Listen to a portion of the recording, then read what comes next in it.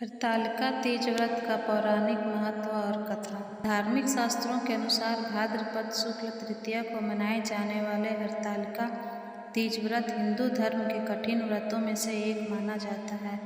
इस व्रत में सुहागिनें तथा कुंवारी कन्याएं पूरे श्रद्धापूर्वक व्रत रखकर इस पर्व को उत्साहपूर्वक मनाती हैं। यह दिन शिव पार्वती के पूजन के साथ ही श्री गणेश के पूजन के लिए भी खास माना जाता है। हरतालिका तीज की यह व्रत कथा अखंड सुहाग का वरदान देने वाली मानी जाती है। इस वर्ष यह व्रत दिन सोमवार 18 सितंबर को किया जाएगा। इस दिन सुहागिनें निर्जला व्रत रखकर पति की लंबी उम्र की कामना करती हैं। यह व्रत निराहार और निर्जला रहकर किया जाता है। हरतालिका तीज पर्व की मान्यता के अनुसार इस व्रत में सुहागिनें सुबह से लेकर अगले दिन सुबह सूर्योदय तक जल ग्रहण नहीं करती, यानी 24 घंटे तक बिना अन्न जल के सुहागिन महिलाएं हरतालिका तीज का व्रत करती हैं। यह पर्व मध्य प्रदेश, उत्तर प्रदेश, बिहार के साथ ही कई राज्यों में श्रद्धापूर्वक मनाया जाता है। आइए जानते हैं कि हरतालिका तीज की पौराणिक कथा के बारे में। हरतालिका तीज की यह कथा शिवजी ने ही माँ पार्वती को सुनाई थी। इस कथा में माँ पार्वती को उनका पिछला जन्म याद दिलाया था। हे गौरा, पिछले जन्म में तुमने मुझे पाने के लिए बहुत छोटी उम्र में कठोर तपस्या की थी। तुमने ना तो कुछ खाया और ना ही कुछ पिया, बस हवा और सूखे पत्ते चबाए। जला देने वाली गर्मी हो या कपा देने वाली ठंड, तुम नहीं डटी रही। बारिश में भी तुमने जल नहीं पिया। तुम्हें इस हालत में देखकर तुम्हारे पिता दुखी थे। उनको दुखी देखकर नारद मुनि आए और कहा कि मैं भगवान विष्णु के भेजने पर यहाँ आया हूँ।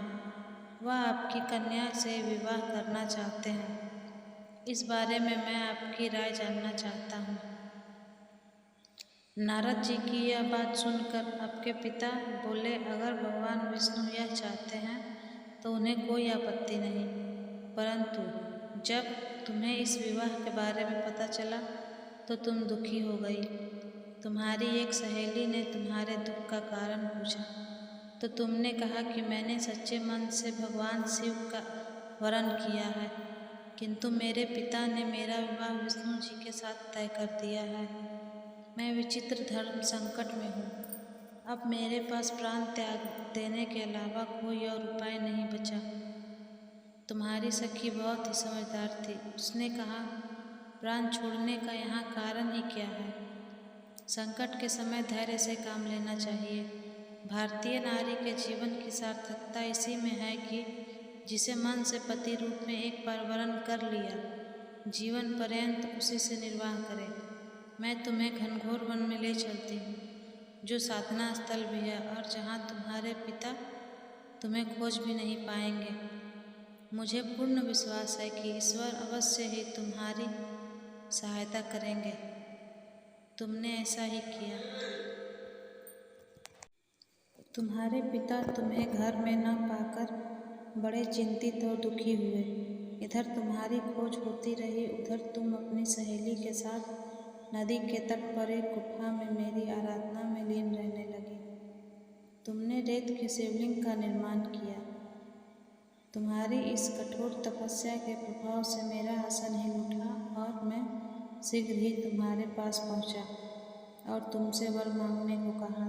तब अपनी तपस्या के फलीभूत मुझे अपने समक्ष पाकर तुमने कहा, मैं आपको सच्चे मन से पति के रूप में वरण कर चुकी हूँ। यदि आप सचमुच मेरी तपस्या से प्रसन्न होकर यहाँ पधारे हैं तो मुझे अपनी अर्धांगिनी के रूप में स्वीकार कर लीजिए।